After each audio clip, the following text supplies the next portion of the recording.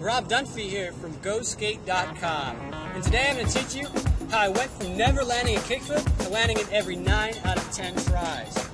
And it's a simple 4-step technique that any skateboarder can implement.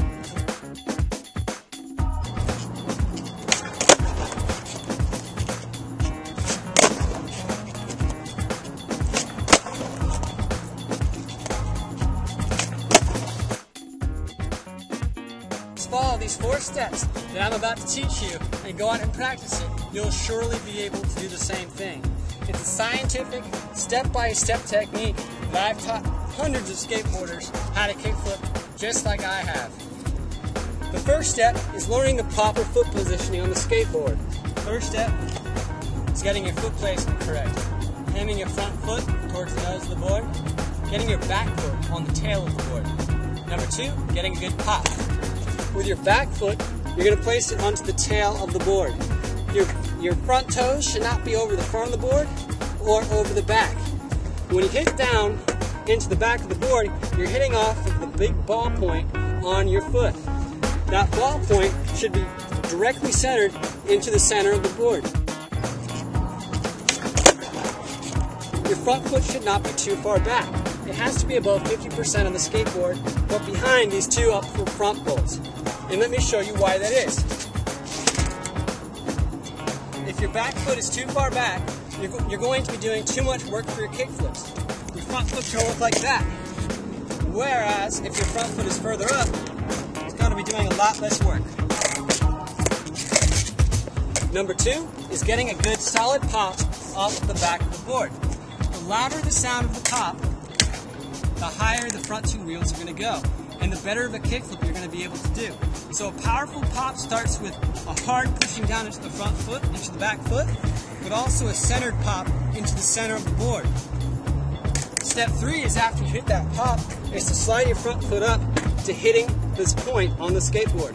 If you draw a line down the center of your board and put a point 25% from this side of the board, that's exactly where you want to flick. Front foot needs to be angled to hit exactly towards that spot. If it's too far angled out, you're going to completely miss that spot and it's going to be flicking over here, either causing you to do a half spin or to not spin at all. You can do the same thing virtually by hitting more towards the center of the board, kicking your foot straight forward like as you're doing with an ollie. That could bring the front of the board down, causing you to not pop high enough to do the kickflip in the first place, or having you hit a weird kickflip that's spun down like this. Step 4 in landing the kickflip is after it spins, to catching the board on all 4 bolts on either side. Landing on it, looking in the direction that you're going, and riding away. Now I'm about to show you me land more than 10 kickflips in a row using this very same technique. After you're done watching this video, replay it over and over again so you can learn how to do the same thing as me.